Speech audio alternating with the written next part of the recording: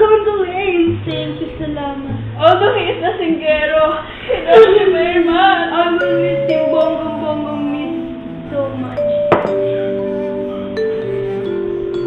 I thought makikiramay kayo. Bakit niyo ako iniwan?